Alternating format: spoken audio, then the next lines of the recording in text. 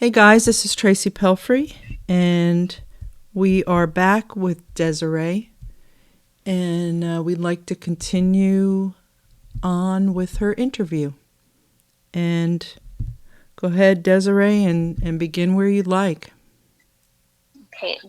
Today I just kind of wanted to focus on some of the after I left the church and some healing and just things that I went through. I'm going to just highlight a few more of the things I did go through while I was still married as well, because last time I focused more on just the church itself and different ministers. So, last time I said how I met David. The day my daughter was born, they told me if I ever left, they would keep her. And now, I believe that. Tell us who that is that said that. David and Michelle. Okay. So your ex-husband and his mom. Mm-hmm. Okay. Yes, and I believe that threat to be very real. I had just had the baby, and I was talking to my stepdad on the phone, and Michelle accused me of cheating on David. And I just looked at her and I said, why? Like, I just had a baby. There's nobody thinking of relationships with anybody after just having a baby. They came to our house. I had Jania. It was a Saturday, June 28th. Everyone was at conference, and I was glad because Michelle said if anyone had been there, they would have came to visit me in the hospital. And I didn't want to see anybody in the hospital. It was crowded. It was a military hospital. Mm. So she came to my house, and the baby was 2 days old. And instead of her helping me, she said, I'm going to hold the baby while you go make everybody breakfast. What? So, yes, I cooked bacon and eggs for everybody. And wait a minute, Desiree. Pancakes or something. Desiree, yeah. Why did you do it? I have to. I know there was the dynamic in place. Yeah. Oh my goodness. Because I had already stood up to her, questioned her, fought with her a little bit, and It never worked out in my favor. And they held the baby, and I went and made breakfast for everybody. Then at the end of it, Michelle, as she was getting ready to leave, she goes, you were just really off. It must have been your hormones or something. Because I was kind of emotional. I think I ended up maybe burning toast or something, and I just started crying because I was tired. I just had a baby, and every woman is hormonal after they have a baby, pretty much. Yeah, 2 days old. Yeah. And they're like, oh, we'll hold the baby for you while you go cook for us. I'm like, when Jania was 3 months old, I went to see my grandma. She was dying of cancer. They wouldn't let me take the baby because they're afraid that I would not come back. So I left the 3-month-old baby for a week. I went to visit my grandma. She's seen my older 2 kids. I drove back. My grandparents had given me a van, so I would have my own transportation. When I got back, I traveled 1,900 miles with a 3-year-old and a 5-year-old in less than 2 days. I was pretty tired, but I wanted to breastfeed Jania, and Michelle looks at me, and she said, you're not going to breastfeed her. David and I talked about it, and your milk makes her gassy. And she told me that I was not going to breastfeed my daughter. And I said, just give me the baby. And she had Jania kind of sleeping in the car seat. She's like, well, she just went to sleep. I'm like, I haven't seen my baby in a week. I'm going to hold her. I'm going to breastfeed her. And she started tugging on the car seat, and I just seen Jania's little head rocking back and forth, and I let go of the car seat because she was getting shaken in that car seat, and Michelle was arguing with me, and David and his dad were at some event. He was selling something at the time. I don't know what it was, but they came back, and Michelle played it off like I was hormonal and tired, and tried to act like it was okay, but like she wouldn't give me my baby back when she was 3 months old. I'm like, I'm the mother. So that also really cemented in my mind, if I leave these people, I'm going to lose my daughter. Right. So there was just a lot of times throughout the years that Nichelle would accuse me of things or just be utterly horrible to me, just criticize me, tear me down, tell me I wasn't good enough. It's like I would rise to meet whatever level she wanted me to meet, but then she would find some fault find on something else, and it was a constant tear down. Did you live near them often? Most of the time. So it's like David just followed his parents around. He couldn't be away from them. I remember when we first got married, she said that them and David were very close, and that they would, that they expected me to accept and understand how close they were to their son. Really, it's like she didn't know how to let go of her son and let him grow up and live his own life. Right. It wasn't that they were close, and their relationship was just odd to me. And even Reverend Ashmore had said that David went down there. I think he was returning a vehicle or something. One time he went down when they were in California, when they were still part of the organization. And he was texting or calling his mom a bunch. And Reverend Ashmore was like, "Oh, are you talking to your wife?" And he said, "Oh, no, this is my mom." And it struck Reverend Ashmore as odd that he would talk to his mom that much. Yeah. That was the spring of 2013. Pretty much every holiday, blew up, and I don't know. We always fought. I always fought with his mom. Sometimes she would be nice, but things that stand out the most were, the thing with the baby. That really scared me, that she wouldn't give me my daughter or let me breastfeed her. And I'm like, what right of it is, you don't have the right to tell me that I can't breastfeed my daughter. But did you stop breastfeeding? No. Okay. I kept breastfeeding. When David went to work or when he would go to bed, I would just breastfeed my daughter. So you had to hide it? You had to do it like under the cover of darkness? Breastfeed your baby? Yes, wow. Yep. I hid it because I knew that breastfeeding was good for the baby. Yes. And it's also good for the mother. And it was my choice. It's not her job to tell me I can't do something. She had no control over my relationship with my daughter, but she wanted to tell me that I could and couldn't do certain things. And I don't know where now that I look back at it, I'm like, how did you have the audacity to even say that to a mother? Yes. That is just wrong on so many levels. There was a year we went out. It was the Christmas of 2012 going into 2013. And this was the year they had the house on the corner. It was off of Ording-Kapowsen. It was the one that had it had the columns in it.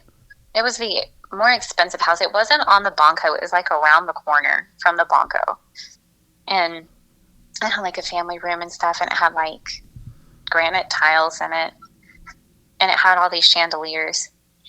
And I guess apparently, because they would travel and they would come back, around right before Thanksgiving and then leave out after New Year. So they were there for about 2 months out of the year. Were they overseers then? Is that why? They were. Okay. Mm-hmm. This was my second time in Graham when I was actually in seminary. Okay.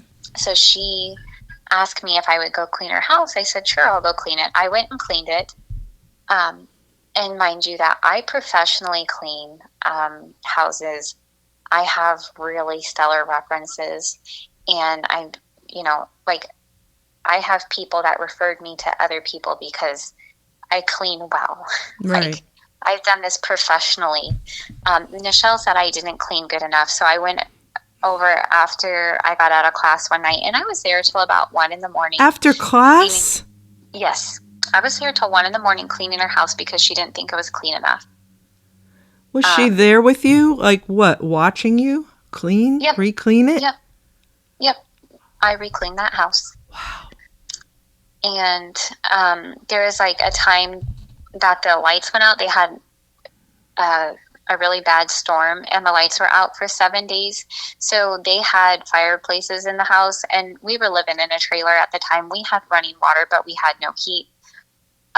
So we just got water from our house and took it to their house, but we had to stay there because they had the gas fireplaces and it was really cold. Right.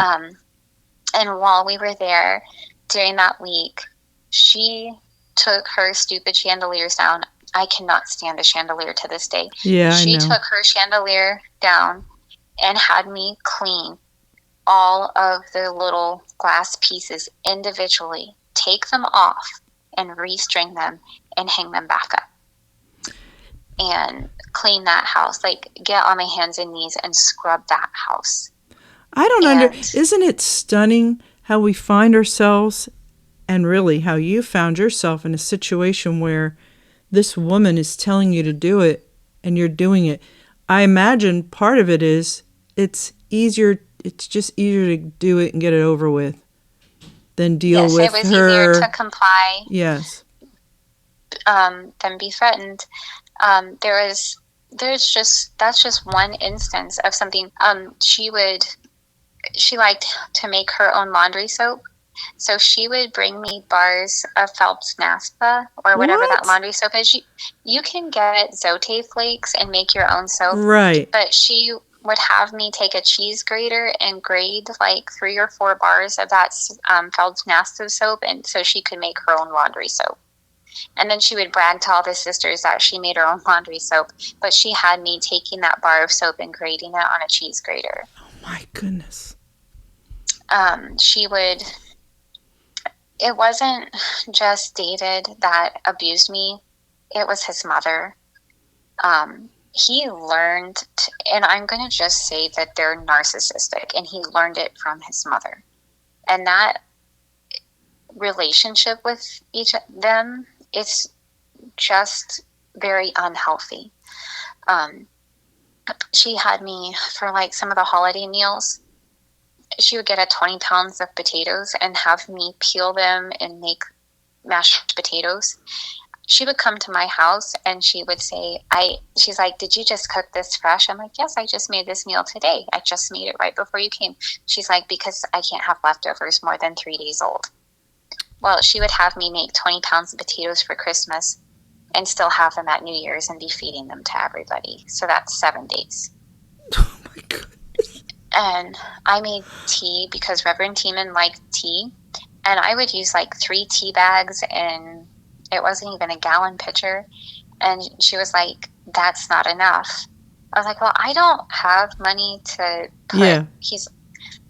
I don't have money because you only get 20 tea bags in a pitcher. And she would want me to use like 5 tea bags. And I'm like, that's a lot of tea bags. And it wasn't even a whole gallon. It was maybe like half a gallon of tea. And I'm like, I don't have, I said, it's just fine the way I make it. She's like, well, when my husband comes over, you will put 5 tea bags in it.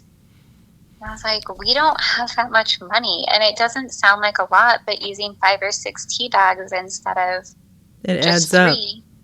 Yeah, that's like 2 pitchers of tea versus 1.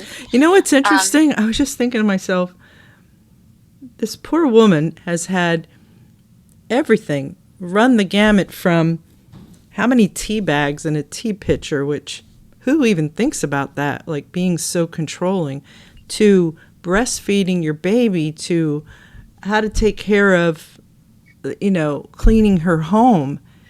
And it reminds me of Davis, how he wanted everything a certain way.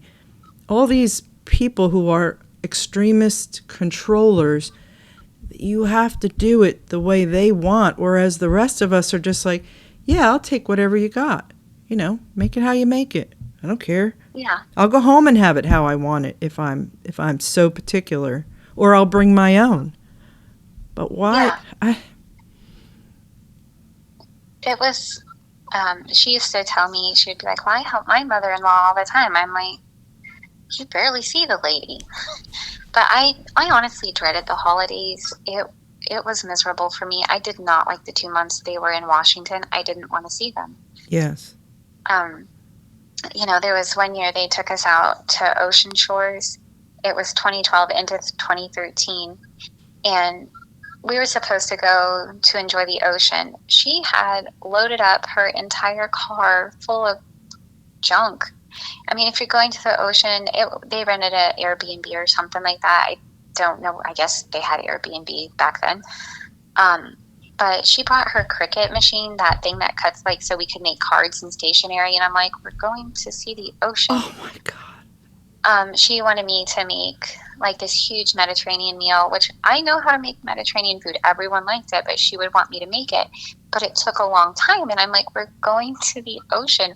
Why are we bringing a cricket and all this other garbage that you're hauling along with you? Right.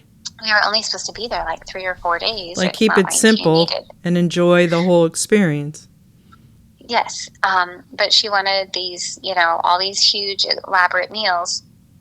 She had left her cricket plugged in and then turned off all the lights so we could watch a movie. And my daughter accidentally tripped on the cord because she couldn't see. Wait, watch a movie?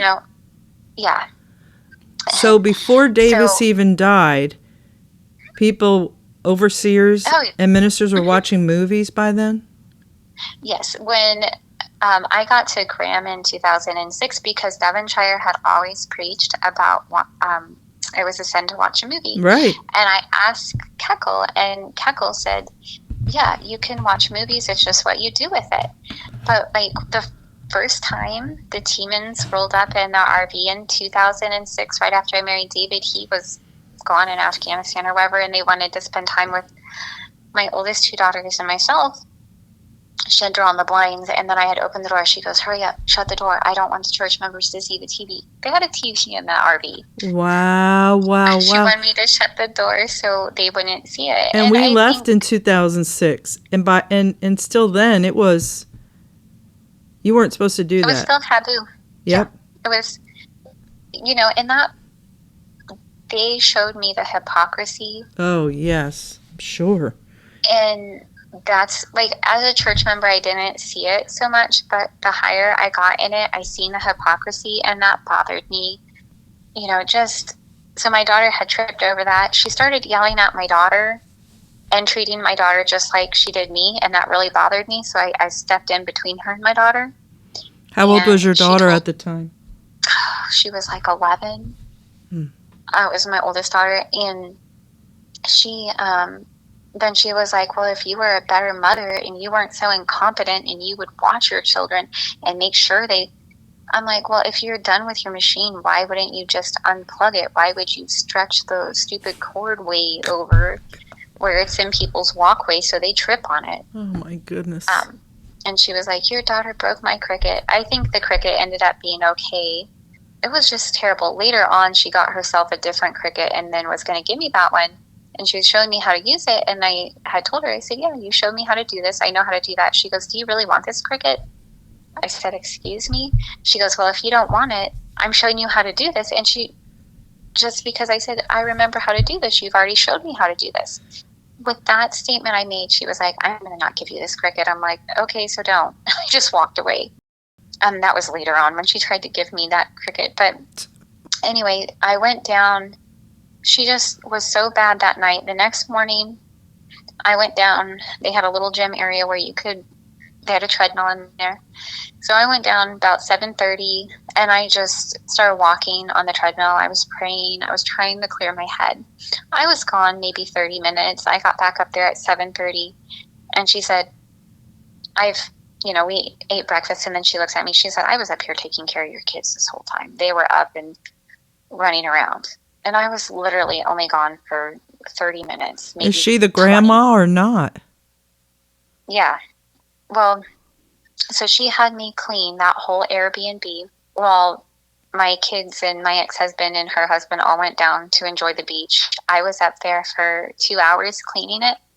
And she said, yeah, you can clean it and you can clean up all these dishes and stuff since you went down to walk by yourself. Wow.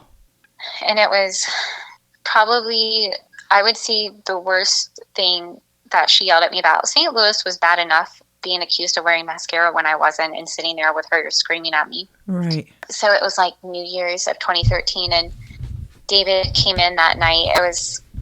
I think we were off for classes for that Christmas week or whatever. And he said, hey, we're going to go to my parents' house tonight. My mom wants to talk to you. We need to have a family discussion. And I started yelling. I said, I do not want to go talk to her.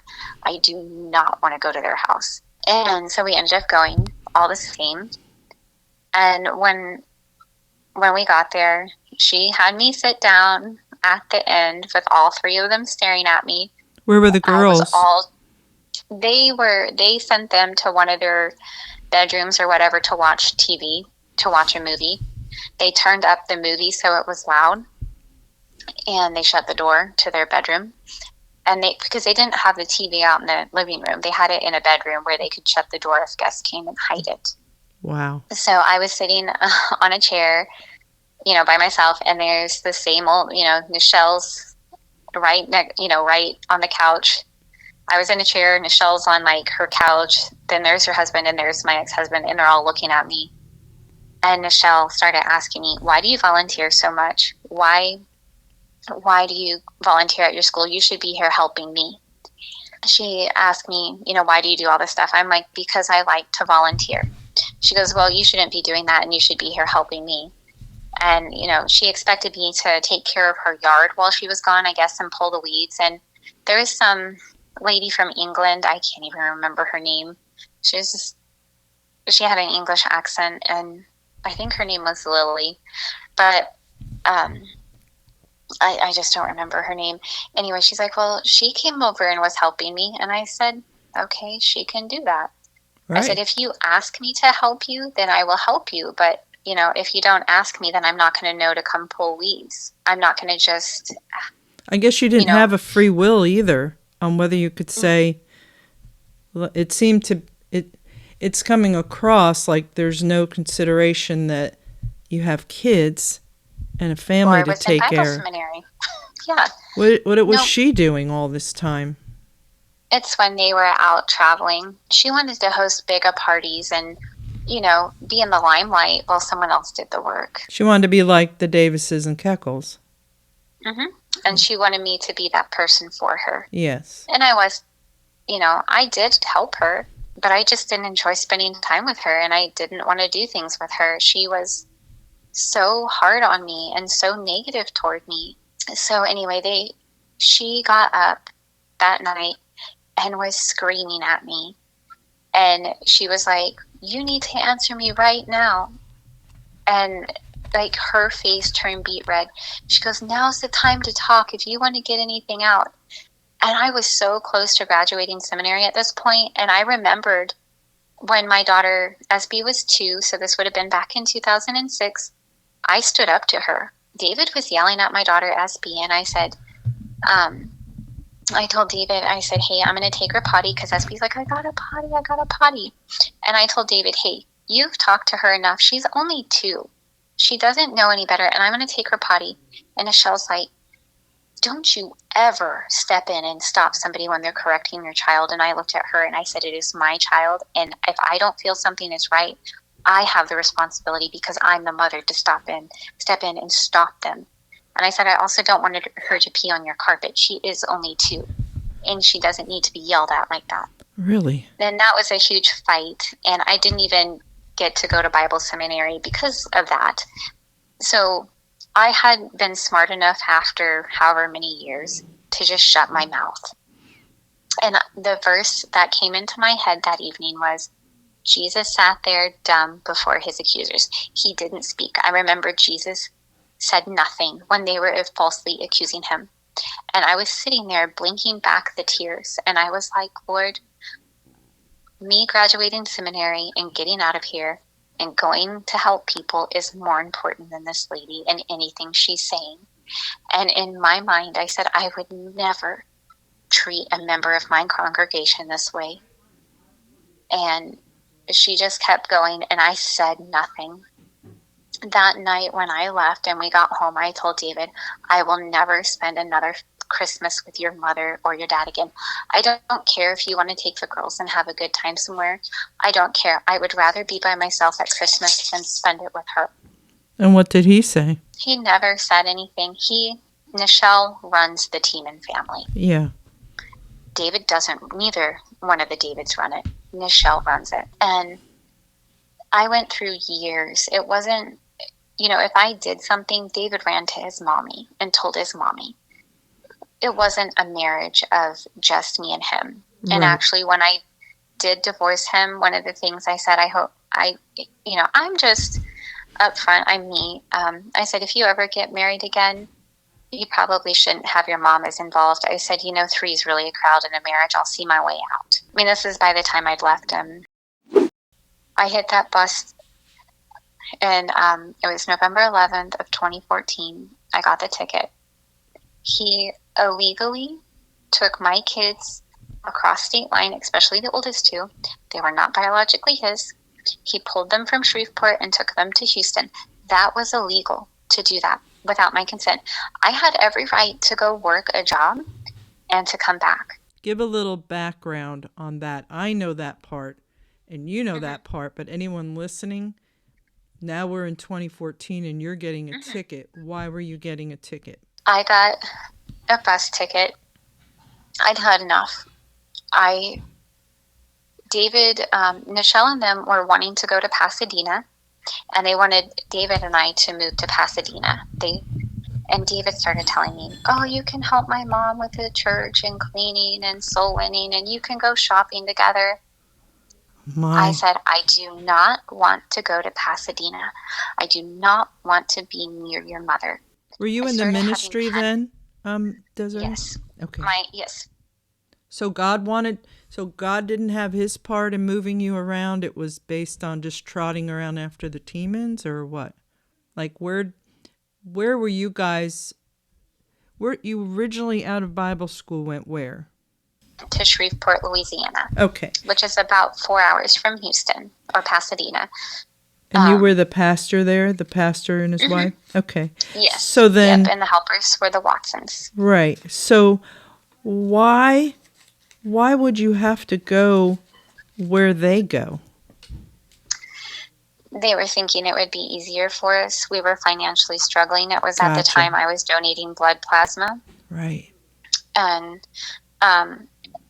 unfortunately, if someone doesn't work, I do think, if the Bible says if you don't work, you don't eat. So that's right. You got David sitting around, sleeping all the time, not working, saying he's a full-time pastor. Wow. And he got some military money, but it was not enough to cover the bills of a church and all the bills of a family. Right. And we were struggling, and it was really bad. It was horribly bad. And like I said, in the last one, I had gotten so sick. When I went down physically, that was probably like the last straw for me going down physically.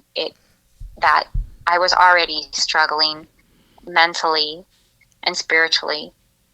And then when I went down physically, it about wiped me out. And he was saying, how much better everything would be if we went to Pasadena with his parents. And I was only in the ministry a year, and I was like, this isn't what I was supposed to do. And it really hit me hard, like, what am I supposed to do with my life? I gave everything for my husband to be here. And I sacrificed everything. I've done everything they told me to do. And this is so empty. This life is so empty. Yeah. And I thought, I believe God wants me to do more. I was volunteering in a crisis pregnancy center at the time in my girls' school. There's a plaque hanging in Shreveport because of all the hours I put in. David tried to say, it's because we did all this work. It wasn't. Him and Reverend Watson did teach like a men's class there. But I volunteered about 9 to 10 hours a week there.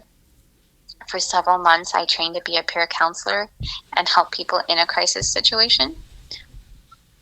I was trying to do things, and I was actually getting legitimate training to be a peer counselor, nothing like they give you at New Testament Christian Church. They do not train you to counsel people. No. I just knew, I'm like, well, if he's not working, I need to step up. But then you're a woman, so you can't do anything. And when he kept telling me about Nichelle, I couldn't do it. I just couldn't. And I literally hit my breaking point. I felt like I was going to have a mental breakdown, and I think he was pushing me toward that. He actually told people I was having a breakdown. And I was like, I just got to get out of here. I got to get a job. At least my kids could have a good Christmas. Maybe we can, pay some bills. If he isn't going to work, I will. That's fine. So I went to go visit my sister, and I had a job within 2 days of being there.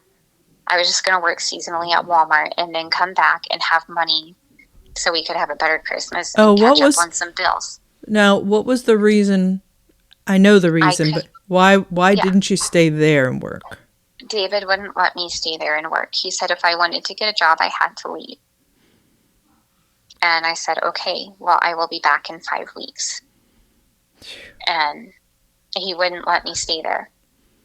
For what, like testimony's sake or something? Yeah. And I had already told him that I didn't want to go to the church anymore. Yes. I had told him, I don't care. It's not about the name above the door. I said, we can open our own church. I said, we're sending so much money to Graham. And we're the ones paying for this church. Graham is not paying for this church. I said, if we kept the money here, we could help our church. Our life would be easier if we kept our tithe money and our church members' tithe money here and didn't send it all to Graham. Right. And that's the story of pretty much most people who go out to a church. Yeah, and I told him, I was like, if we had followed God and not what a man wanted us to do, where would we be? Mm-hmm. And I just didn't want to be a part of that church. It was so empty. It was the most unfulfilling thing in my life, being a preacher's wife. And I wasn't called to be a preacher's wife. And I knew it. And, my marriage was already not great. Well, it was the way it started. Especially when you shared that part about only knowing him like 3 weeks and only seeing him once. People are pretty appalled about that, but yet then there's all the testimonies of people who had the same kind of situation. So, of course, it's going to leave you empty and in pretty much a loveless marriage.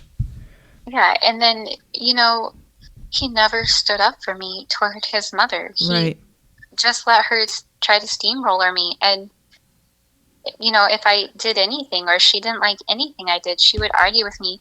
The last Christmas they came and we went out for dinner. And this was 2013 Christmas. And she got mad at me because I was telling her I was learning, I was working on playing the piano. She got mad at me and refused to speak to me the rest of the meal. And I told David, I said, hey, your mom purposely did not speak to me. He goes, how dare you accuse her of that? She's the overseer's wife. She would never do that. Actually, she was so bad that evening. The only time in like 8 years, Reverend Tiemann actually said, hey, Nichelle, lay off of her. You're saying the same thing. Just please don't fight. It's Christmas. What was the point? Why was she upset? She just, because I had said I was working on playing the piano, and I said it in a different manner. Like, I was saying the same thing, just not the same way. And she just got mad. And she's like, you're not going to learn to play the piano right. And she hadn't even heard me play the piano. But she just started yelling at me about it. And David actually asked her, hey, did you ignore Desiree? She said, yes, I purposely did because I wanted her to feel ignored like I did when I was trying to speak to her. Oh, my goodness. And that was the last Christmas I ever spent with that family. So anyway, I got on the bus. I was like, I'm going to go get a job. And if you don't want me to stay here, that's fine. But I can't do it your way anymore. That's what I told David. I was like, I have done it your way for over 8 years. And I said, we have continually been in the hole and repeated a cycle. And I'm like, I'm not giving any more blood plasma. And I gave blood plasma to go to the conference. I think it was like October of 2014. And Reverend Olson got up like, you are out there on the field. You are spiritually and mentally depleted. You need a refresher. This is supposed to be like the Mecca, essentially. Everyone goes there. You're supposed to get uplifted. And then there's Reverend Olson preaching about some guy wearing shorts. His wife had turned him in. Oh, no.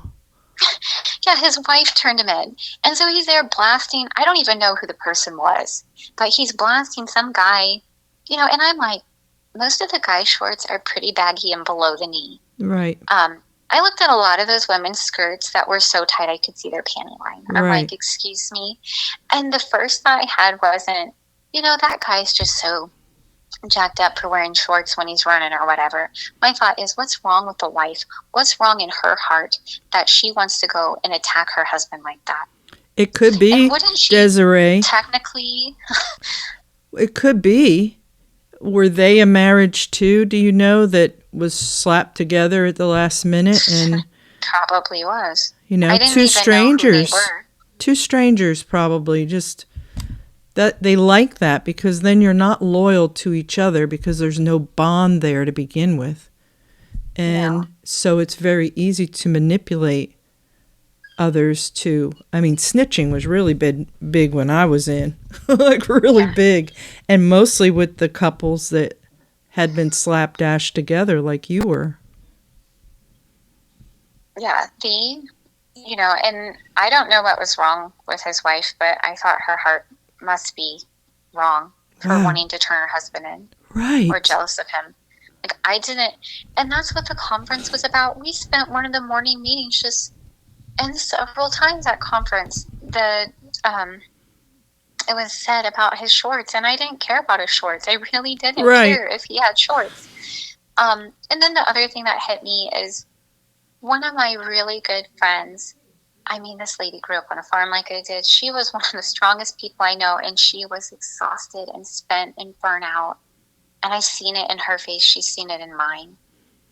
And I'm like, these people are, taking these seminary students. They're taking all of our zeal. They're taking every bit of us, and we're burnt out. Yes. I donated blood plasma. I have one vein in my whole body that can take plasma. And the lady told David, I'm worried about blowing her vein. They're so small. They have to use a butterfly needle on me. I went in for a routine surgery this past spring, and they actually blew one of my veins.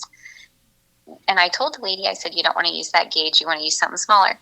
And, they acted like this, donating blood plasma. And I was so little, they could only get so much out. And it took about 3 hours for $50. Right. And they acted like that's a badge of honor. Like the glory to God. I'm like, this isn't glory to God. I could go get a job. Did David do it? Issue. Did David give blood plasma? He did some, and then he would say he's not feeling good, and his mom looked at me like, oh, you're healthier, you should give plasma, not my son. And this was right after I had the mango thing, and I weighed 110 pounds, and I was like, yeah, I'm really not that healthy either. Man. And, I thought, man, I donated blood plasma to get to this stupid conference. Yeah, exactly. It was empty. The ministry was empty. The conference was empty. Yes. It just hit me. It was completely empty, and it's not what I wanted to do. And I realized that these are just men. They are not following God. No. And they're sending people where they shouldn't be. And, Nichelle called me so anyways, I get up to Iowa where my sister was. I got 2 jobs actually within a couple days. And because I thank God that I volunteered at all the places I did, because that looks really good on a resume. And if you are stuck in a marriage, go start volunteering, because you're going to build up your resume that way. Yes. I didn't really have any empty years because I volunteered continuously. And a lot of companies are going to look at your seminary, even though it's unaccredited. It shows that you are dedicated, and you can jump into management pretty quickly with one of those. Right.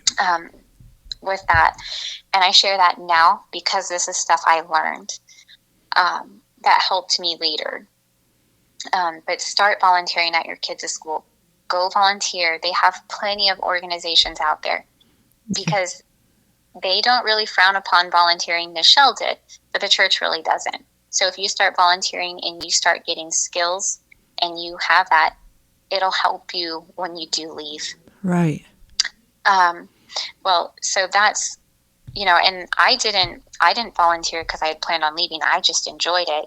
But on the flip side, it did help me in the jobs and stuff that I did seek, especially when I volunteered at that crisis pregnancy center. I did office work, and I was doing peer counseling. That was pretty highly elevated. anything that you do for the church, like I had 13 years or 12 or 13 years as a children's church teacher. That shows I was dedicated to something, even if it was only volunteer. Right. And that is stuff that they look for in a resume. But that's great advice. This stuff I've learned that, and I still volunteer in the community, so I just keep that on my resume as well. But so I ended up in Iowa, and I'm not going to get into every detail, but within 2 weeks, I told Michelle, she had given me a call within a couple of days, said, hey, you need to come back. I said, I'm not going to do that. I'm not going to do it y'all's way this time. And I knew if I went back, she would treat me like a dog. Like, she already treated me like I was a dog anyway, but I knew it would be like me groveling, and I would never live it down. Right. And I wasn't going to quit the job. I just was like, no. So I told her I'm not coming back. One evening, I called to talk to the kids, and they were all crying.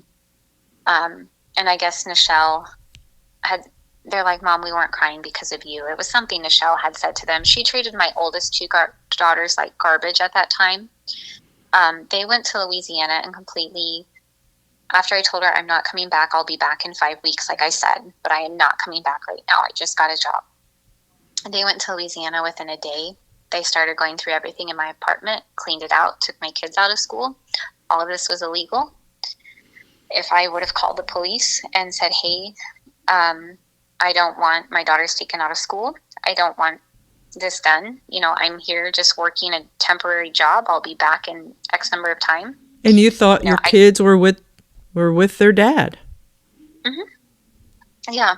And, but they cleared out the apartment, moved them across state lines. Had I done anything within a 6-month time frame, they would have all been in trouble in law. So when my sister realized what was happening, she took me to a crisis center. And if you're in a really bad situation, really bad, and you need to go to a crisis center. They sat me down, they gave me a wheel, and it had what abuse was.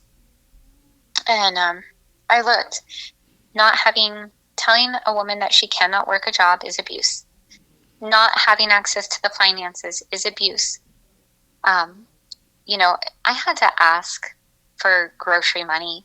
If I spent more than $10, I had to give him a report and the receipt of why I spent that money. Wow.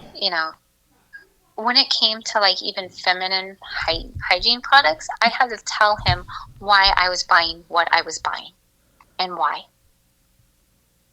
That's how my marriage was. Did you feel like the kids had what they needed? No, I did not. Later on, when I was in therapy, there were multiple times our utilities got cut off when I was married to David. He was terrible with finances. He would just set bills up on the desk and forget about them, or take the money and give it to the church for like an extra offering, or just buy some random stuff. And our utilities were shut off. That's actually a form of child abuse because you are not providing for your family.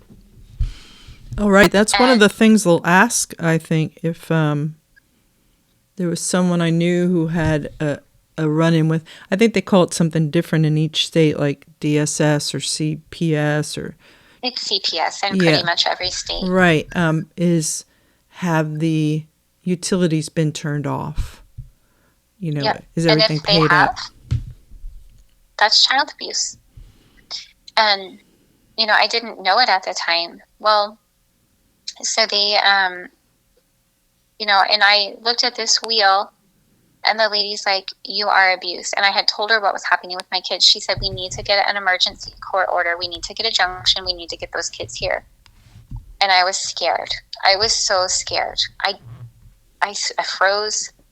I said, I don't want to do that. I was terrified because I thought I was going back to my family at Christmas. That's what I thought. Right. And I knew if I did the court orders and all that, I was like, but then I'll never get to go back to my family. And I was absolutely terrified. So I didn't I didn't follow their advice. And when you go to those places, they have dealt with these situations before. And the strongest thing I can say is follow their advice.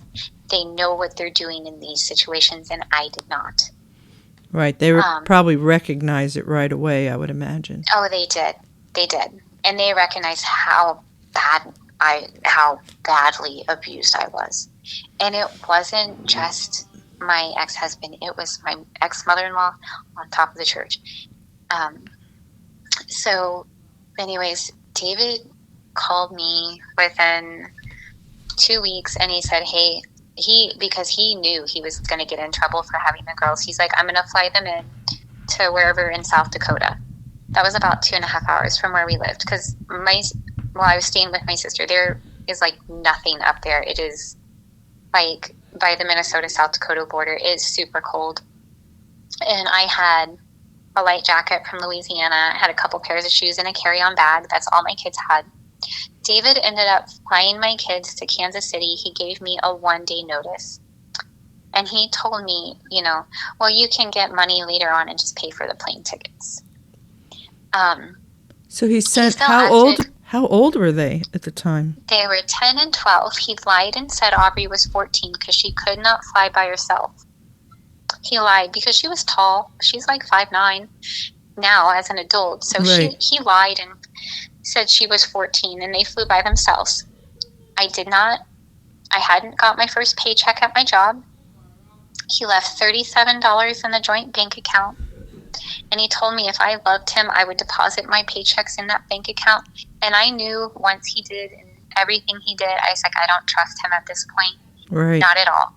And I went and opened my own bank account. And I was like, I'm not putting a red cent into our joint checking, because I knew he would just take it all. Right. And he left me $37. I had no way to get my kids. He told me, why don't you call Sister So-and-so from Junction City, and I bet they would get your kids for you. He wanted to use the church to control me, even after I'd only been out of it for 2 weeks. He's the one that called Reverend Olson and said my wife left the church. And I didn't leave him, and obviously I was leaving the church, but I didn't leave him. I was just trying to get money so we could live. Someone in that situation had to work, and he wasn't going to, because he thought he was a full-time pastor. And he tried to say I abandoned my daughters, and I didn't abandon them. He forced my hand. So my stepdad got the kids. I hit the floor that night crying. I mean, I had nothing. I had no money. I hadn't worked in 8.5 years. I hadn't even had my first paycheck. And here's my wonderful husband who loves me so much leaving me $37. Well, I went to another organization in that town, and they were able to get me a rental car and enough money and stuff to get gas to go pick up my kids. Wow. It was a total round trip of about one way 7 hours. Oh, my goodness. Like a 9-hour day, because it was Black Friday that he flew my kids to Kansas City. I woke up, I was at work about 6 a.m. I made it to my mom's house at 1 a.m. Got my kids, left out the next day because I had switched my hours a little bit and I had to work the following day, and I had to turn in the rental car. So I got my kids. That was such a relief, just having Aubrey and Espy. So your other daughter that you had with David was with him. Kept Jania. Yes, they kept Jania. And I had my oldest two with me. I worked 3 jobs to get up on our feet. I was able, within a month of being there, I was able to get our own place, get a car. Before I had a car, I was walking in negative 10-degree weather in my little light leather coat because I lived in Louisiana. It doesn't get cold there. Right. And in my little shoes, my legs had frostbite on them. And I continued to go to the crisis place. I was getting counseling because they're like, nope, you need counseling. David still had the passwords to my Facebook and my email and everything, even though I didn't have it to his, because he said, if you really love me and you really trust me, you would give me the passwords to your account. So he had the passwords for quite a while. They had emailed me about an upcoming appointment. He called me and he's like, I never abused you. I never hit you. I never abused you. Well, the thing is, abuse isn't just hitting somebody. Exactly. People don't realize that. It's the verbal. It's, the years of like Nichelle just constantly criticizing me, telling me I'm a liar. It's withholding finances, telling you that you can't work, withholding medical care. Because when I was so sick with the mango, that was withholding medical care. That could have killed me. I now have an EpiPen. That was really serious. Like, that he withheld medical care because he cared more about money than my well-being.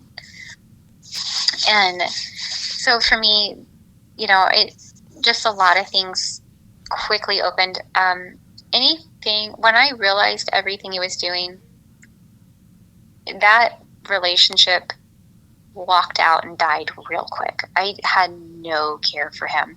Like, our marriage already sucked, but then, yes. Add this to it, and I was like, well, and how can you have an intimate relationship with someone with their mom in the middle?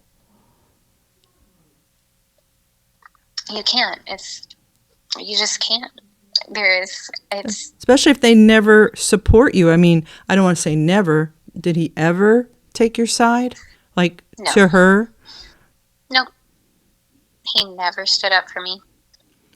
Yeah, how can you respect someone like that? And that's that's emotionally not just draining, but it is abusive. That's very abusive. And because I was telling him, before he sent the kids, I said, I'm not in agreement with breaking up the kids. This is wrong. I want the kids to stay together. They can come stay with me. And he's like, I'm not going to do that. And I said, this isn't right. I'm their mother. I have a say in what, where they live and what they do.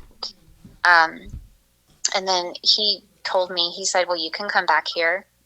I said, I don't have anything in Texas, because they had moved to Texas by that point. And he's like, well, if you can, get along with my mom, you can stay here. Basically, they were just saying, if you come down here, we're just going to kick you out on the street. Right. Because I knew that I wouldn't get along with his mom. He basically told me, if you come back, you're not going to have anywhere to go, that you're going to be homeless. So I made the decision to stay up in Iowa for that time. Well, you have to stay where you have some sort of reliable support. Yeah, I had to stay because I had bought a car. I had already gotten a place, and I was not going to go to Texas and risk. I knew if I went to Texas, I'm like, I'm going to be homeless. They're going to kick me out.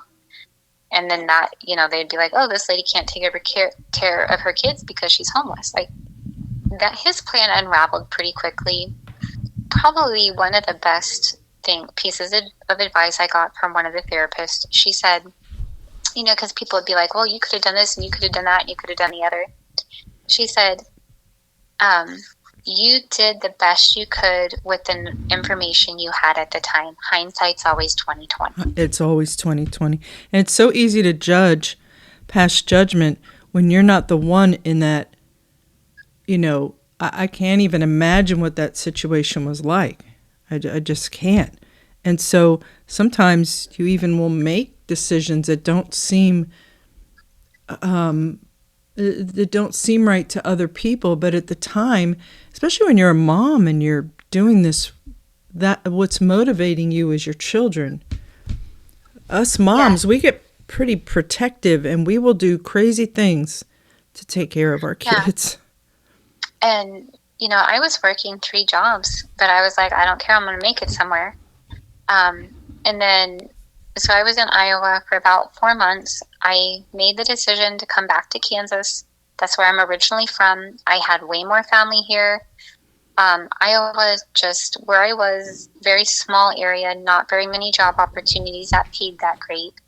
And my sister was the only person I had there. It was just supposed to be, to get a temporary job and then go back to Louisiana.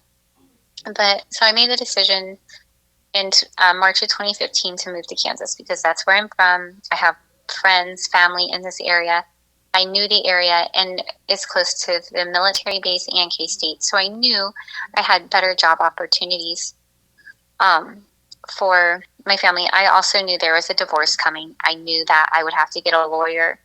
And I was in Iowa, had my own place, was working 3 jobs, and I just knew that I couldn't keep up that pace and try to do what I needed to do.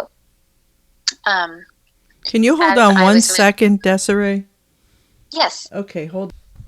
So, but I came to Kansas, and so I moved here over the girls' spring break. I had notified the school. I had talked with my girls' counselor at their school. I had called the school here, and I had talked to the people at the crisis center, and the therapist and everyone I had been dealing with were all in agreement that the best course of action for me would be to come where I had more support. Right. And I knew people, because I didn't know many, minus my sister and her family. I didn't know anyone in Iowa, really. I will say, though, that was some of the worst times in my life, but complete strangers in a little town who didn't know who I was came together and helped me out. Like, they donated like a bed and things like that, because I literally had nothing. Right. And I was so touched by people there. Like, they even got stuff for my girls for Christmas. And I was just so touched by, how kind and generous these people were. And they were really Christians. And I knew it was God, working through these people to show me love. Like, complete strangers. These people didn't know me. I wasn't from that community. And they didn't judge you by how you looked or your affiliation with a group?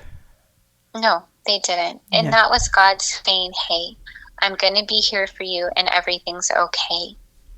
Even in the darkest days, God's like, I'm going to be here for you and everything's okay. So I came to Kansas. I got a better job. Well, it was spring break week, and David told me, you come down and get your stuff or I'm going to throw it away or give it to Goodwill. So I drove down with my stepdad, and I thank God for my stepdad, and at the time, because I didn't have any money and he didn't charge me the gas or anything to go to Houston.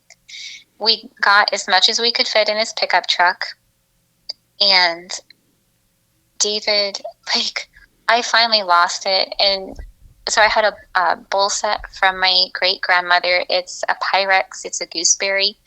And she would always make big meals at Thanksgiving and put, have to serve them in this. And I'd had this set since 2001 when I had moved out on my own before I met David. Right. I had this set of dishes for almost 15 years at that point, and he took one of them. And it was at that point I lost my marbles, and I started saying, that is mine. That is mine. That was my great-grandma's, and you cannot have that, because he took it. And he said, now you have a set, and I have a set. He had something from his grandma that was similar, but a different pattern. And I said, that is not yours. And my stepdad had to just kind of grab me for a minute, and he said, Desiree, it's just a dish. Just let it go. Right. Get your stuff. Don't show them this side of you. But you know what? Very likely it was more than the dish. You know what I mean? It was. The dish was just a breaking point. It was. So I got all my stuff. Before we left, Nichelle hugged me. And I had been out of the church like 6 months at this time. No, it was actually only 4 months. She hugged me, and I felt the evil in her. It felt like a witch had hugged me. And I mean, Houston to Dallas is a good 3.5 hour drive. My spirit did not set right within me until we made it past Dallas.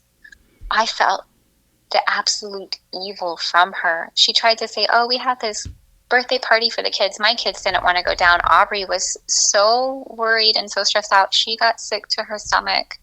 And I'm glad we didn't end up taking them because I was able to fit more in it was extended cab pickup. Right. I was able to fit more in there.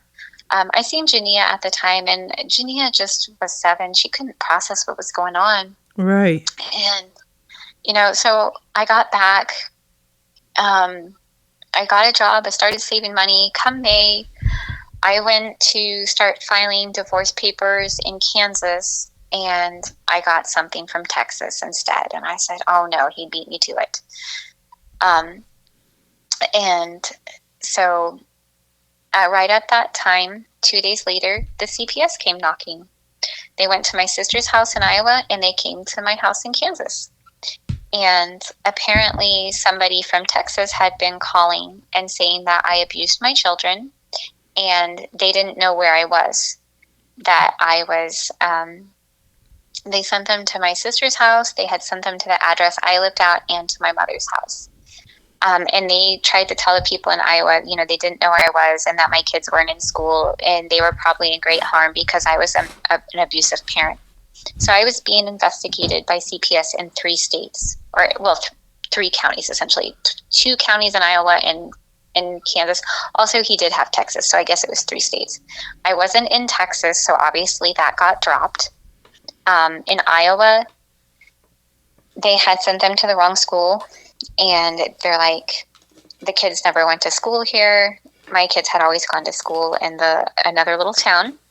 And when they finally, went to that school, they're like, this lady made it quite clear that she was moving.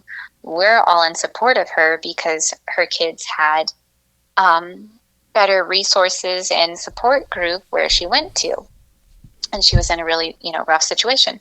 So the conclusion from Iowa was that somebody wasted the county's resources. Right. And multiple county resources, making false claims. Do you think, Desiree, you saying this, I didn't know this part of your story.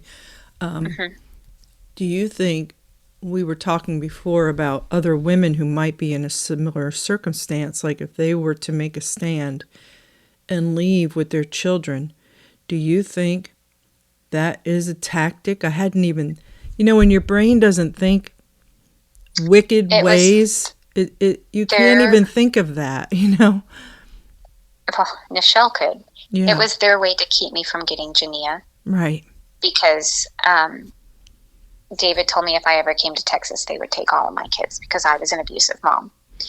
And that's the thing when I say when you go to a crisis center, you make sure that you get your kids in counseling, you get yourself in counseling, and you do what the people at the crisis center tell you. Had I put that emergency junction in, my ex-husband would have went to jail for removing 2 children, all of the children across state line without my permission or consent. Right. Because he went from Louisiana to Texas, and that's the reason he shipped my other 2 girls off so quickly, because he knew he was in trouble. Had he kept them, he would have been in big trouble with the law. But there's very tight statutes of limitation on that. But I realized that David and Nichelle set me up, and I didn't want to believe it at the time. And like I said, I was so scared. My world came crashing down all in a 5 hours of being on the bus. And, then my whole family broke apart within me saying, no, Nichelle, I'm not doing it your way. Thanks. Right. So, and I was so busy trying to work and get money, and get my kids and I on our feet, that I was working 3 jobs. I was exhausted. And, right before this, I, thought I was going to have an emotional breakdown or a mental breakdown. Yeah. And so here I am struggling, but I kept going. And so the CPS lady that came to the house told me, and I showed her all the text messages from David. She was floored when she seen them. I showed her, I said, this is what he did. This is what he said. This is the reason I didn't go back, because I knew that they would have kicked me out. And she's like, I'm not supposed to tell you this, but your case, she goes, I can see that you have a lot of stress on your plate. And I know. So she came on a Friday. I flew to Texas to do the first divorce proceedings on a Tuesday. David did all of this to get me tripped up.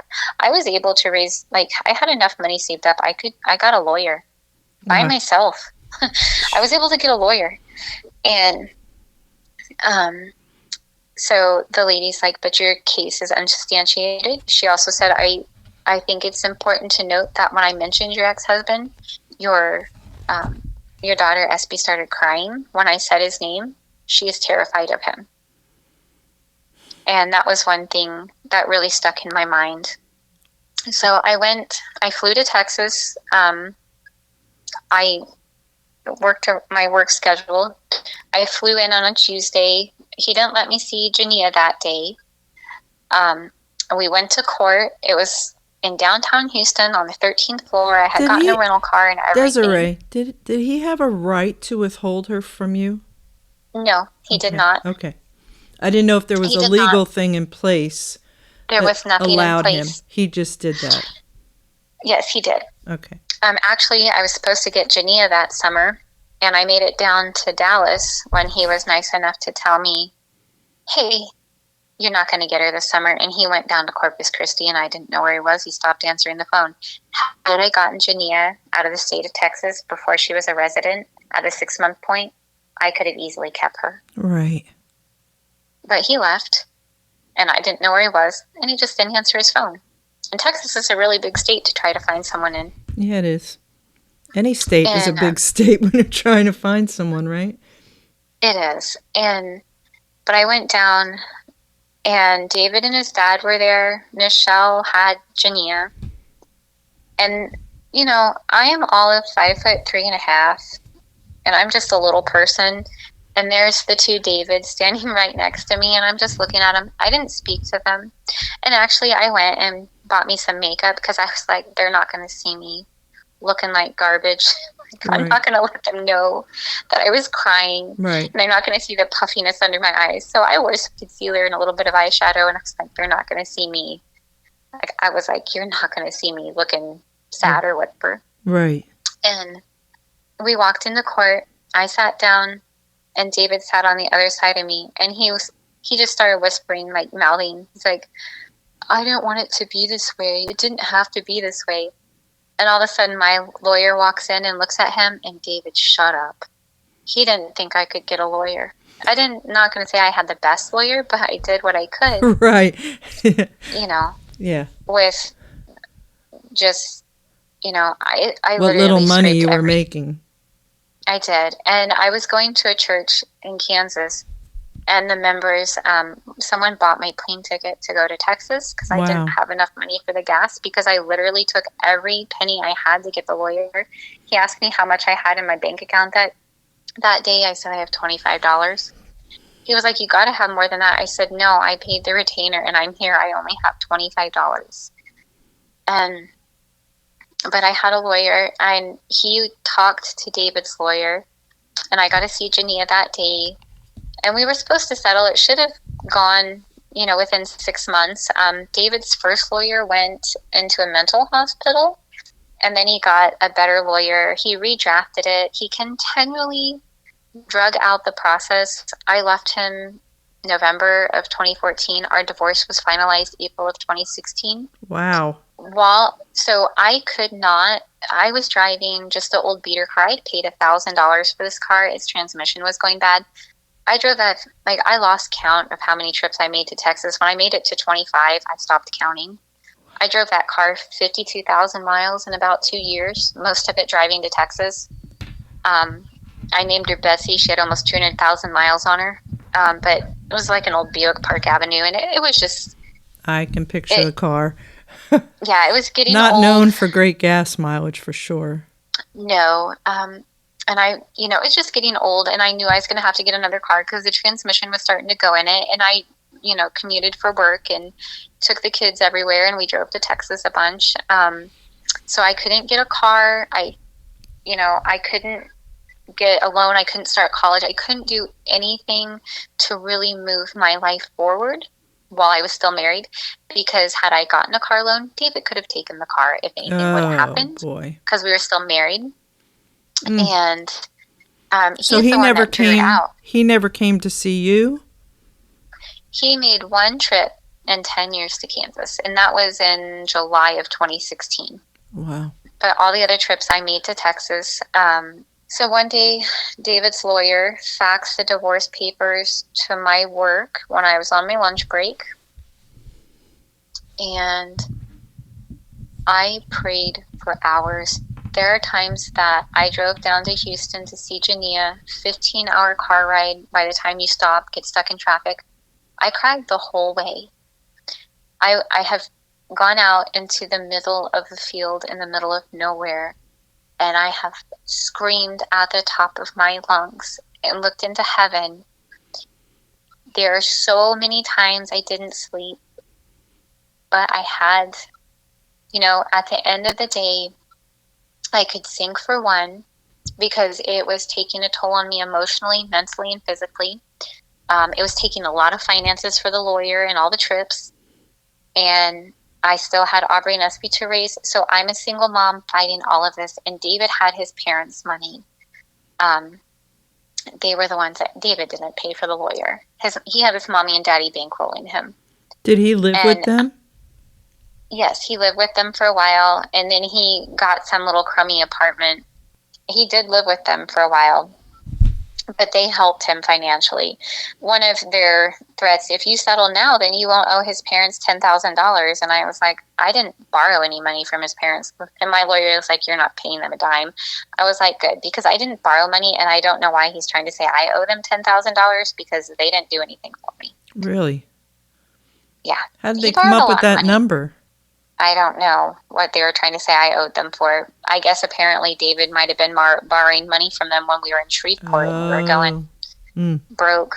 Right. But, I couldn't work, so if I didn't know about the finances, that's really not my problem. No, and he should have been working. Period. End of sentence.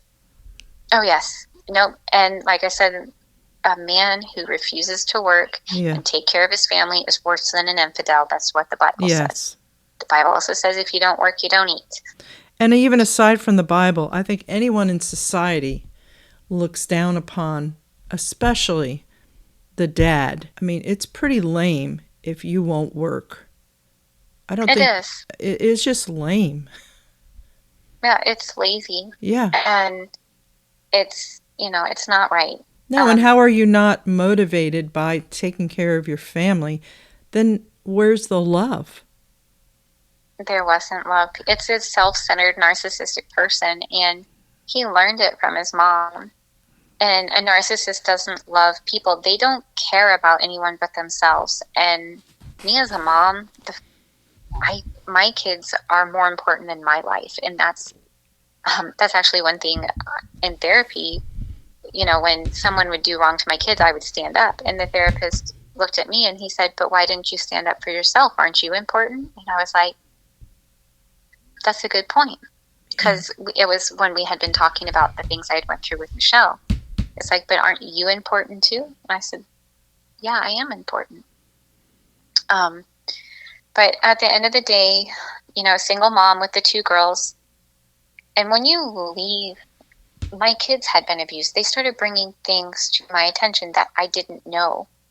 And so my kids needed therapy. I needed therapy. I was working. I became a manager within 3 months. I went to a job. They knew about my seminary degree. I got the transcript, and Fausto sounded very stern. He's like, you have to pay $25. I was like, I'll send you a check, okay? So I got my transcript. I showed Menards, because that's where I worked. I became a manager within 3 months of being there and just kind of fast-tracked it. But I was really stuck in a holding pattern as far as progressing, and I couldn't even take out a student loan because I was still married, so I couldn't do anything until that was final. Move forward in my life. Right. And then I had this thought, I can sink for one or do the best I can for the two. I had to let go of Jania to help Aubrey and Espy. Yes. That was the hardest decision I have ever made. And I knew, and that's what I want her to know, it wasn't because I wanted to. I'm supposed to have summer visits. I'm supposed to have holidays. David has never given me my visitation rights. Well, how does he get away with it then? I would have to just keep going back to court. Oh, boy.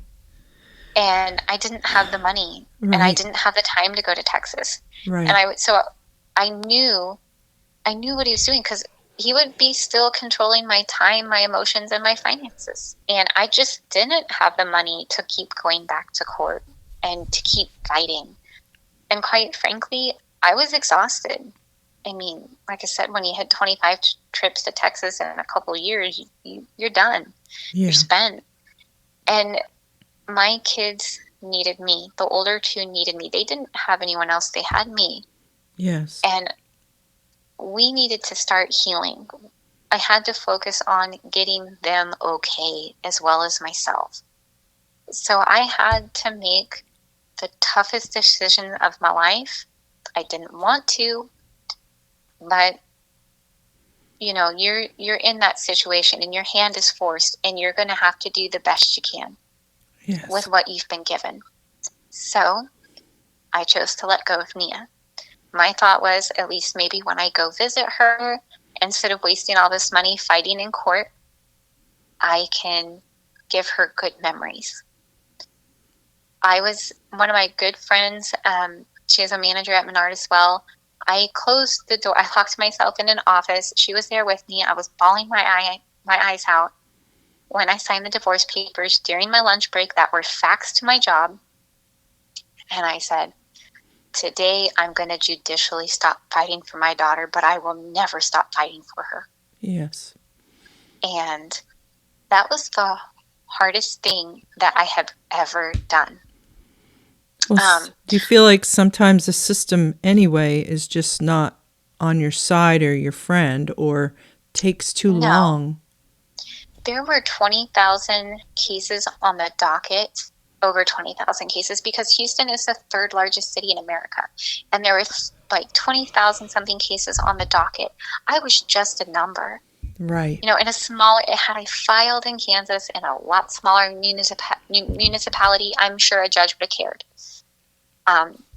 But that's just a really big city, and there's just so many cases, and I was just a number. That's all I was to them. Right. You know, so I made the decision I made, but I'm glad I did. I was able to go forward. I had an impasse. You know, I had to make a decision. Either way, it wasn't, you know, whether right, wrong, or the other. I had to make a decision. I could have kept drawing this divorce out and just stalling it and putting money into it. Yeah, to what end? Yeah, you know, and I would have never been able to move forward with my life and helping the girls. And the day I signed that paper, I told him, I said, you no longer have control over me. He's used my daughter to have control as much as he can. So anyway, I divorced him. Our divorce was finalized in April of 2016. He flew to Washington. Washington did not recognize the Texas law. He was supposed to wait 30 days before he got remarried. He flew to Washington because they did not recognize the Texas law. And I can tell you, I have called every person that I could call. I wanted to get him for plural marriage or whatever. Right. I called everywhere I could call, and that's how I know these laws. I did a lot behind the scenes on my own that I just didn't say. But so he married his first wife, Amy Ruth, again 10 days after our divorce was finalized. And I went is so weird. Yeah. What do you think the dynamic is there? Why she went back, I don't know. I can see that she is very thin. The last time I seen her, she is very thin. Her clothes are worn. And she actually hugged me. Like, she reached out. I was like, bye, Amy. I was just going to go on. And she hugged me. And I think that was her way of saying, I know how you feel because I'm living it. I tell her every time I see her, I said, Amy, thank you for taking care of my daughter. I really appreciate it. I have nothing against Amy. Amy is just a person that's here. She did step up to me one time, and she tried to say that I couldn't talk to Jania and that I upset her husband. I said, excuse me. You knew about this situation when you walked into that marriage. I said, it's not between you and I. I said, if you want to make it between you and I, I'm going to get a no contact order, and you will never be a part of anything again. Right. She's never stepped up to me again. So you believe, I mean, it's sort of like other preachers in the organization where they weren't divorced yet, and yet clearly they had to be dating someone else at the same time. It was hush-hush and under the rug. They were dating, and it was hush-hush. Amy was lied to and Amy grew up in the organization. She was lied to, so she's going to believe everything that they told her. One thing that I found really odd, when I was married to David, Michelle treated me like garbage, but she was always really nice to Amy. She would be talking to Amy, even, and super nice to her, even though I was married to David. Oh, wait, I thought she left the organization. No? She did for a while, but she came back. Oh, boy. Yeah, so there I am, seeing his ex-wife all the time in Graham. Oh, no kidding. At me and I'm looking at her. That is weird. Yeah, it was weird. And when I was married to David, he talked about Amy all the time. He compared me to her, like physical attributes and stuff. And it was just like, what? David didn't want to be married to me. He didn't. I wasn't. He was pushed into it. He was. Yeah. He was pushed into it. Clearly, I mean, the time frame and all just seems like it. Yeah, he would have went back to Amy. He had thought about going back to Amy. Like I said, he was talking to a girl in another church. Later, after I left the church, there's a couple of brothers that had also left the church that said, hey, when you were married to David, he would go to an Asian massage parlor and get a happy ending. I was like, oh my gosh, that's so gross. How did they know? He told them? He talked to them about it. He told them. And I wondered why we were always so broke. I mean, that probably couldn't be that cheap. I don't know. I've never, ever, ever thought about doing something like that. There was there were things about that person that I just didn't know. But I also didn't really connect with him in the marriage. We weren't friends. We weren't partners. Well, you didn't have a chance to be, clearly, if the mom is getting so into the relationship. There's no way to. How can you? No, she controlled everything. She tried to even control that. And, and I was so thankful. So people that left the church over time have reported things back to me, but I was supposed to see Jania in May of 2016, and someone's like, hey, I just wanted to let you know David got married again. And I cried, not because I cared that he got married. I was like, why did you put me through this?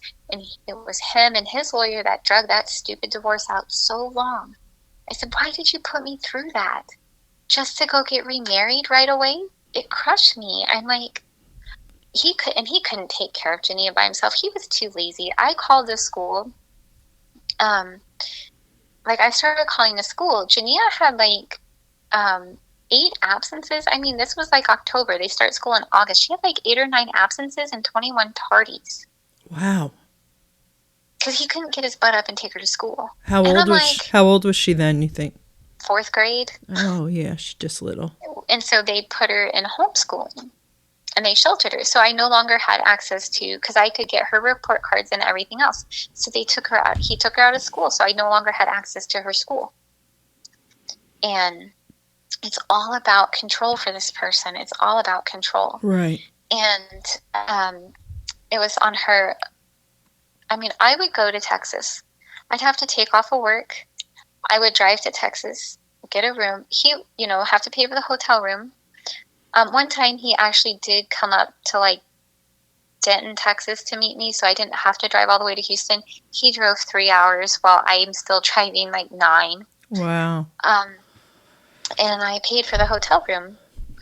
I'm supposed to pay for Jania's accommodation, but obviously they're staying in the room too. Right. And Amy was like, I didn't like the room. And I was like, I don't care whether you like the room or not. They charged additional things to my card because when I got the final bill, they're like, oh, they did this or that. And I'm like,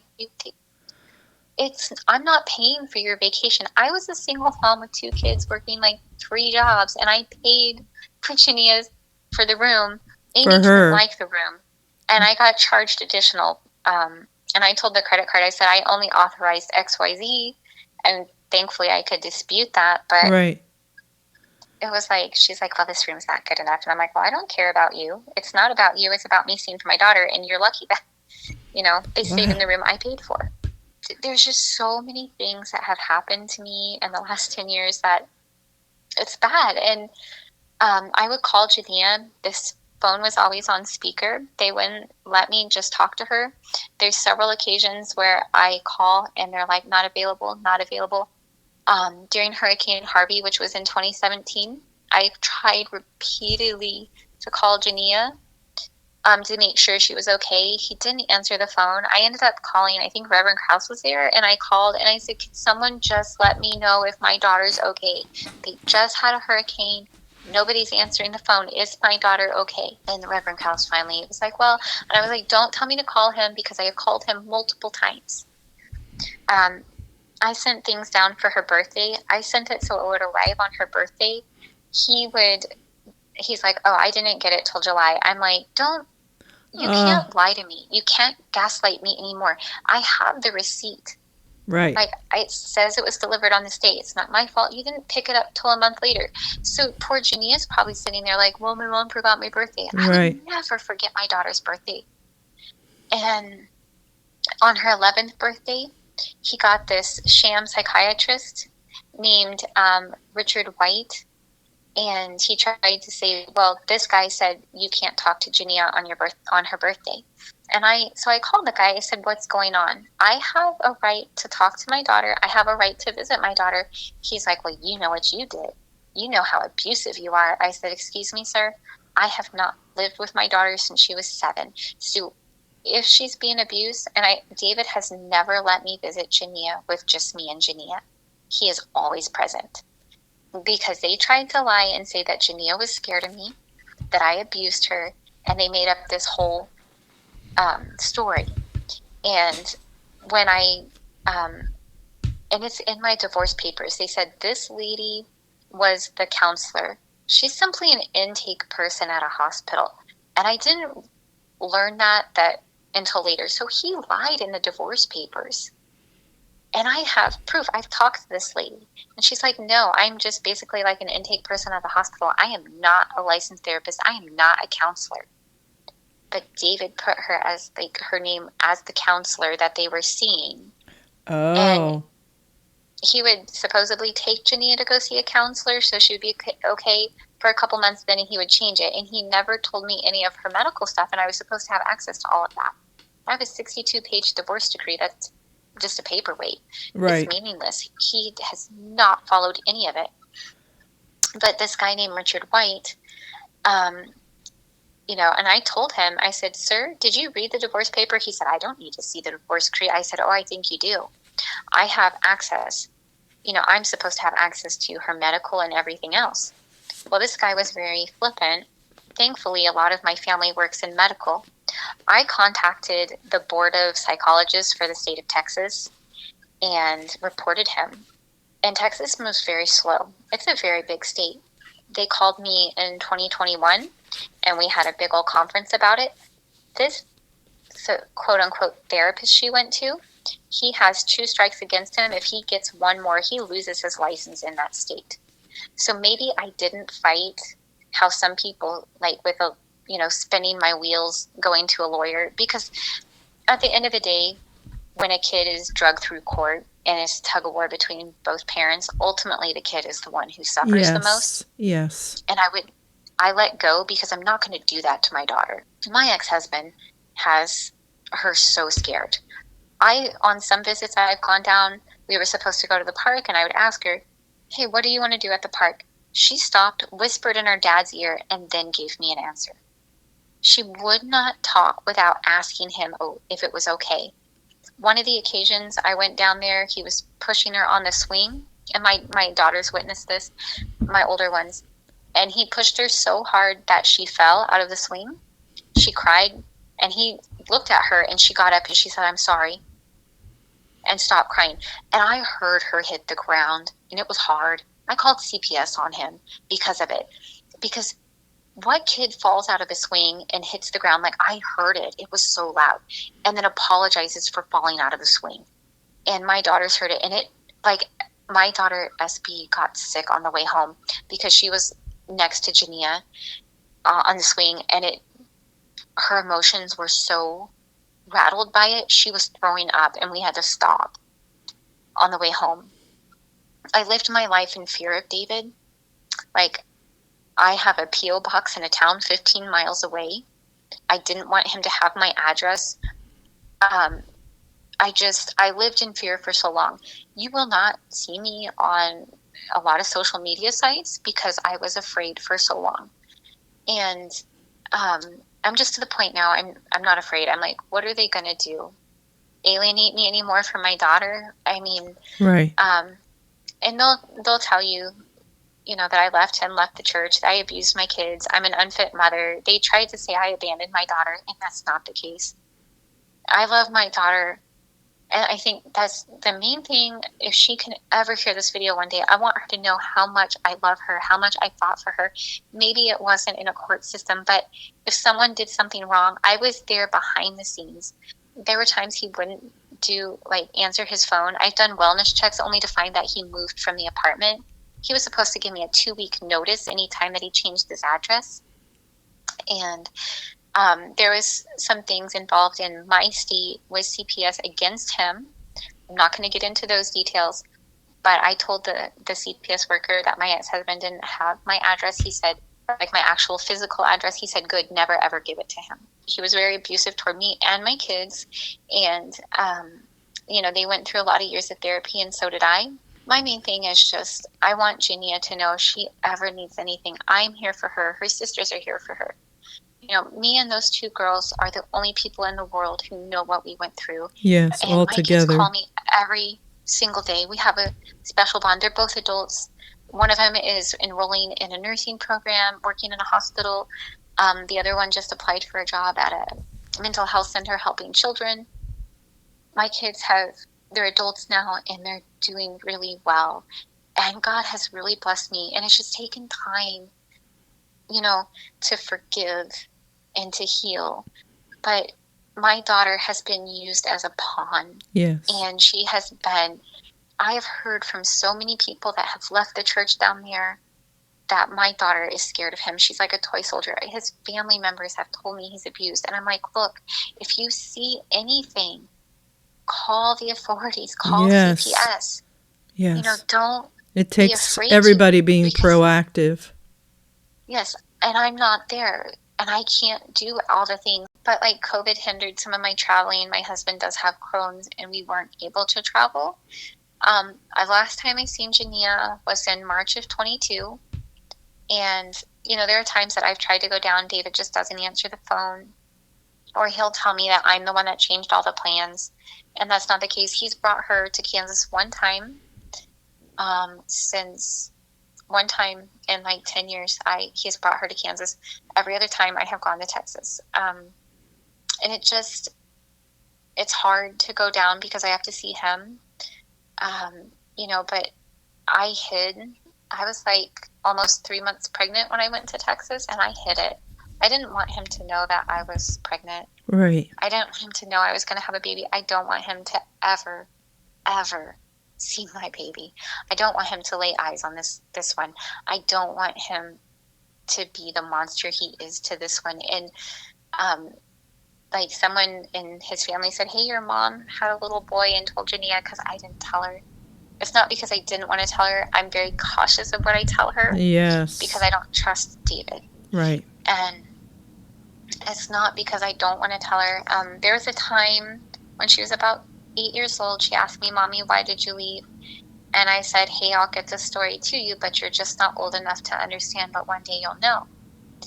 And there's more to the story that I will never share in public. But then there was another time.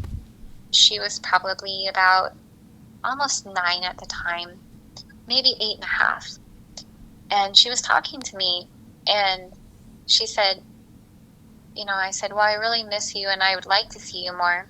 And the phone was on speaker. She's like, well, you made choices, and you have to live by the consequences of those choices. That sounds like an adult, not like an 8.5-year-old. Yes, very much so. But when she said that to me, I said, nothing you can ever do, nothing you could ever say would make me stop loving you because I'm your mom. And you know what?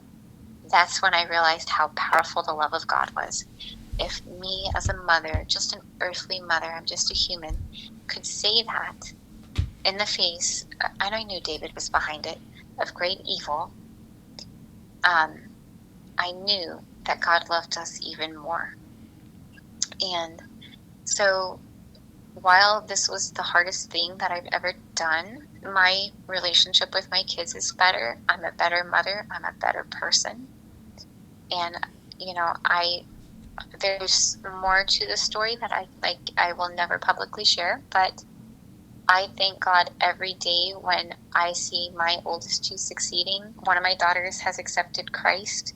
She is going to be married. My other daughter is starting to turn to Christ. It's not just the damage done to you.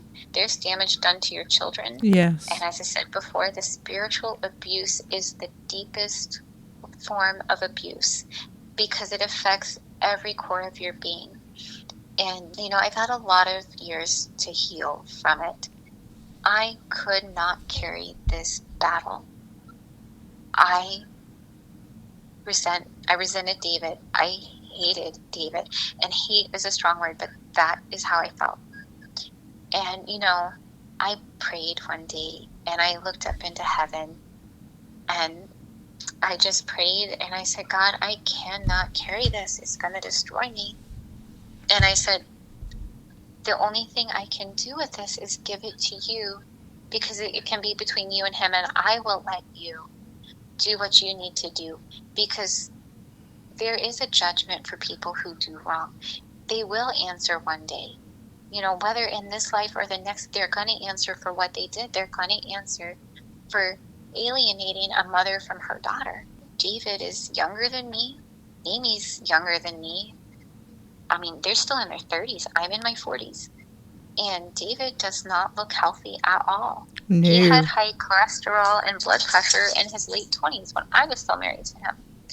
And, so I don't know if it's just because of his life or whatever.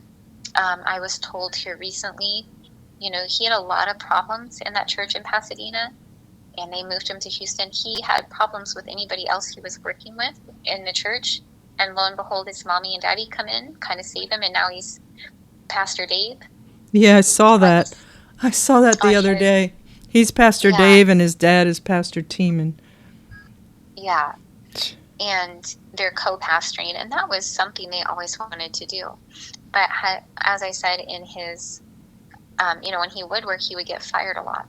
Something about him. I have not been fired from a job, ever. Right. And so it's something about his personality.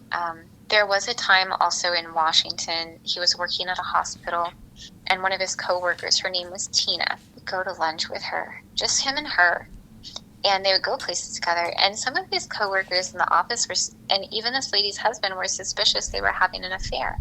And these were people not tied to New Testament Christian church. Were you married to him then, or no? He was single? Yes, I was married to him then. It's when we were still in seminary. It was like the last part of our seminary. And this man is not what he portrays himself to be.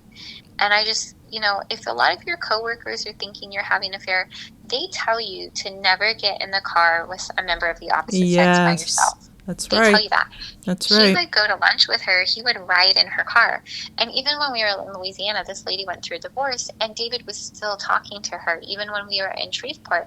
And he was like, well, maybe she could come stay with us. Oh, my God. How she's creepy. Going through a divorce. And I'm like, she lives all the way in Washington. Why would she come to Louisiana? And I thought that was so odd. That's very odd. I wouldn't venture to say that he, when MySpace was a thing, I was pregnant with Jania. Like, MySpace is early 2000s, mid-2000s. There is a couple of people that messaged me on it that said, hey, he's cheating on me, or cheating on you with me, and you're just too stupid to see it. And I just was like, oh my gosh. So, I already had doubts in my mind that this man was faithful. Well, why should he be? You were just a 3-week whatever. I don't even know what you call that. Do you feel like the leadership of NTCC knows any of this? Well, there was a point. Reverend Keckle and Reverend Kinson were there.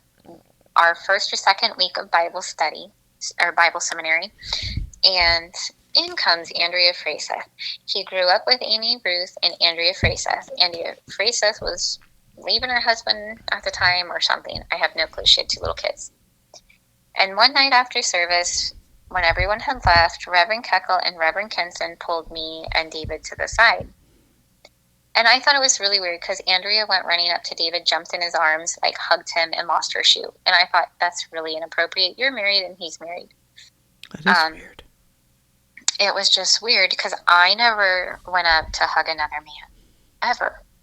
I mean, I would hug my family, right, but I never hugged some brother. Right.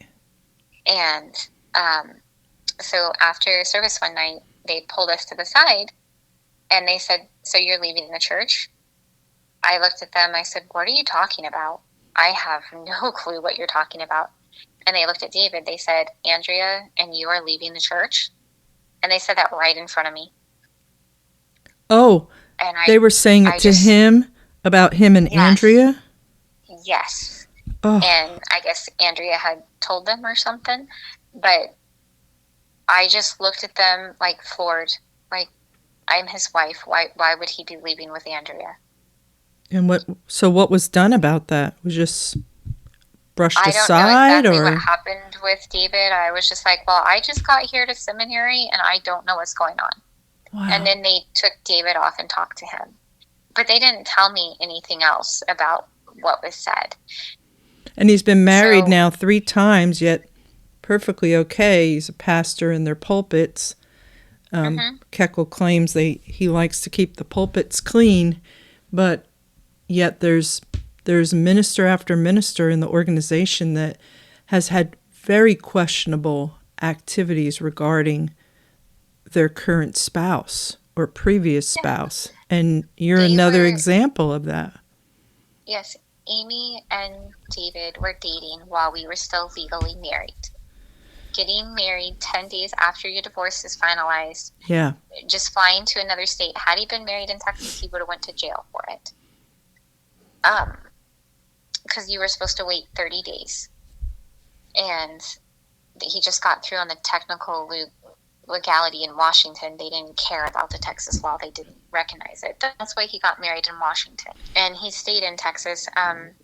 Like originally when I was looking to get a lawyer, I had called one of a lot of states have free legal services for when you go through a divorce, especially for people that don't have any money. So where would someone find that? Just Google free legal help in your area. Also, go to any crisis center in your area. They're going to have the information for you. Right. They have a packet of information. They're the ones that referred me to some of the groups that were able to help me get a rental car and stuff. Nice. So the first place you want to go is to that crisis center. But, see, I wasn't a resident of the state of Texas. I was a resident of the state of Kansas. Some lady in Texas said, well, I recommend that you move to Texas and just live in a shelter for 6 months. See, in Kansas, after 3 months, you're a resident. In Texas, it's 6 months. And they said, I recommend that you live in a shelter. And I said, ma'am, you're telling me to leave my job, leave my family, leave my safety net, and move me and my kids into a shelter in Texas? She goes, at least you'd have free legal help. And I said, ma'am, no offense, but Texas isn't that great. Yeah. Now, you go up in Texas, you need to really pay attention. Louisiana has its own laws. They're based on Napoleonic laws. Texas and there's 2 states that are way different than the rest of America, and that's Texas and California. They are technically republics. They are not states. It's the Republic of Texas and the Republic of California. So they do things their own way as well. So you really need to go to that crisis center, and before you do anything, before you even exit the door, go to the crisis center and start speaking to legal counsel and figure out what you're doing in the area that you're in. Right. You need to be hush-hush and learn how to plan this stuff out. Had I planned it out, I would have taken all my kids. Right. But I could have went to a crisis thing in Louisiana because, like I said, I was giving my food to my kids, and I had just come, like, we didn't have hardly any money for food. David's like 300 pounds. He wasn't missing any meals. Not having food having the utilities turned off, not having access to the finances, not knowing what's going on. Abuse isn't just physical, it's verbal and mental. Yes. And so situational. I mean, yours was situational too. And you were in almost like a fight or flight type of situation where you were like, I need to take care of my family. I wish you had felt like you had the strength then to say, I don't care what this dude says. I'm going to work here. I don't care who sees me. But you're walking a fine line between the indoctrination you've had and wanting to do the right thing, and by afraid he was going to kick me out of the house. Right. And I wouldn't have a place to live and I'd be homeless. That makes sense. And that's what I was afraid of. Well, because you've seen that in the organization. If you leave the church, they just are like, you're open game to just have your spouse divorce you. Yeah, and it's not biblical. No, it's not.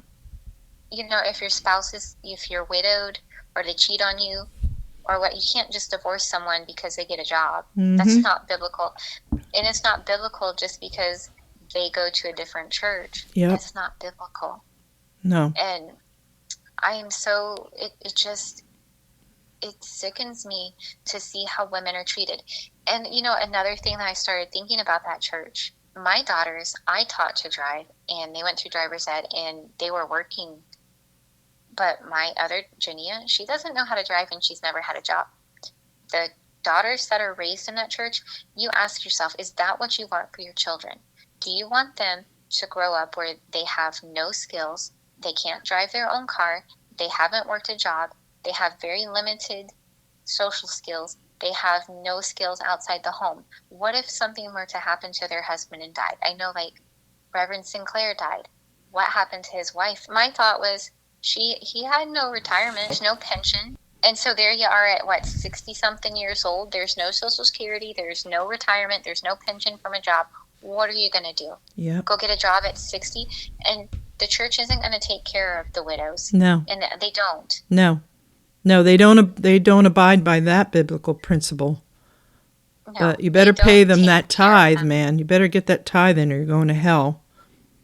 Yeah, I was a single mom in that organization, and I was expected to work and keep up with everything. Before I met David, I was a single mom. Right. There was some sisters that would watch my kids. If actually I didn't struggle as bad being a single mom because I worked the job as I did when I was married. The Midwest is much cheaper than the West Coast. Yeah, it is. But I started thinking about my daughters too.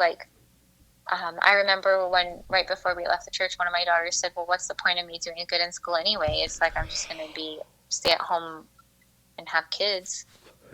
Why would I care about doing better in school? A lot of the kids would say that when I was in Graham. Yeah. A lot of the teenage girls that thought they were going to do that. There were others that secretly couldn't wait to get out from under the thumb of their dad and of the organization. One of the times we went to see Jania we just had breakfast at a conference, and I got an emotional support dog for my girls. My daughters had PTSD from, David was really mean to them. When I was in seminary in classes, he would beat them. So my girls had PTSD and anxiety. So I got an emotional support dog, and I still have the dog. But they're like, Mom, can we bring our dog? And I said, sure, we'll bring our dog. We went to visit Jania. Michelle tried to hug my girls, and at the time we had only had the dog about a week, and he backed her up. He nipped at her ankles. He's a little dachshund min pin, but he nipped at her ankles, and he would not let her anywhere near my children. Wow, interesting. And, I did not escape that church unscathed. I have generalized anxiety disorder. If I'm put in certain situations, I panic. I'm a lot better now. I also ended up with OCD because the only thing in my life that I could control was how clean my house was. Yeah. So I ended up with generalized anxiety disorder and OCD. I've really learned to control it through prayer, meditation. I do yoga, I run. Because when there is something like the fight or flight is constantly going off. There's a lot of stress hormones there. Yes. And so I'm to the point in life where it really doesn't affect me now, but the first few years it really did. Every time I see David, I just want to throw up. My stomach is so sick. And the last time I went down and see my daughter, she was wearing some dollar store flip-flops that were like just almost like smoothed off, and her skirt, the like knees were worn out on it. And I'll have to send you the picture, but she had a ring on her left hand, and she kept hiding it for the picture. And one of her sisters asked her about it, and she wouldn't really answer them. And I thought that was so weird. And What were you thinking? I think they're going to try to marry her off when she's 18, as soon as they can. And he had 2 more little boys with Amy. So, I mean, if she wanted to leave, she's now trapped. She has 2 little boys. And, I can't imagine Amy's life is really great. I lived it. Right. And if someone's not working a job, I just can't imagine that he's changed any. You have to hope so for the sake of the kids, huh? I mean, they are all in Texas together, so maybe, I don't know. Yeah, well, with how they tell me that Jania's treated like multiple people. Yeah. She's scared of him, and she is abused. He controls her, and she is afraid of him, and I believe that wholeheartedly. What would you like to say to her, like if you could? If you were... I'm here for you, and I love you. If you need anything, or whatever, your sisters and I are here for you. And if you ever want to leave, I have a place for you. I have a home for you. I will help you. Whatever your goals and dreams are, if you want to learn to drive a car, if you want to be a nurse or a meteorologist or whatever you want to do, I will help you as much as I can to get you there. And my door will always be open, and I will always love you. And your sisters love you so, so much. And you're like the missing piece in my heart. And there's not a mountain I wouldn't move to see you have a happy life like your sisters. And you don't have to stay in that. That's just one way of life. There's a whole big world out there. And you can still have God. And God will still love you. But you have options. You have safe places to go. Yes. And that's what I would tell my daughter.